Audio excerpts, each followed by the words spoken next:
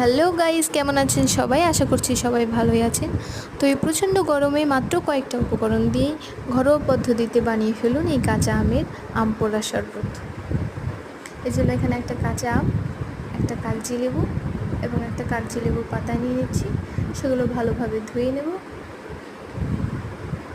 ধোয়ার পরে কাঁচা আমে সামান্য পরিমাণে ভালো তেল লাগিয়ে এটাকে পুড়িয়ে নেব। পোড়ানো হয়ে গেলে কাঁচা আমের খোসাটা এভাবে ছাড়িয়ে নেব।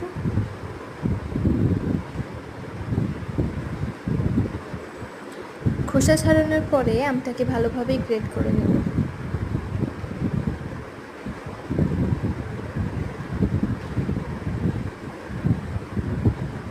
সামান্য পরিমাণে গোটা জিরে এবং গোটা গোলমরিচ ভেজে নিয়ে গুঁড়ো করে নেব।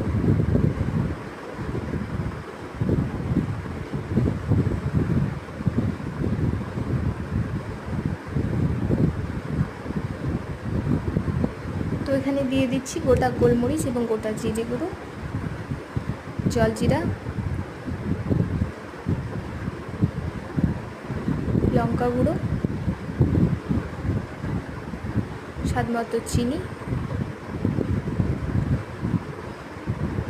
লেবুর পাতা কুচি, সবশেষে লেবু এবং ঠান্ডা জল দিয়ে এটাকে ভালোভাবে মিক্সড করে নেব।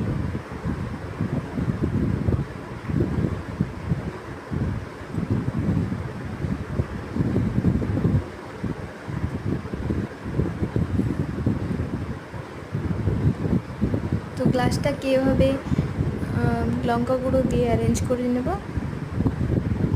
অ্যারেঞ্জ করার পরে এই গ্লাসে পরিবেশন করুন ঠান্ডা ঠান্ডা কাঁচা আমের আম পোড়া শরবত।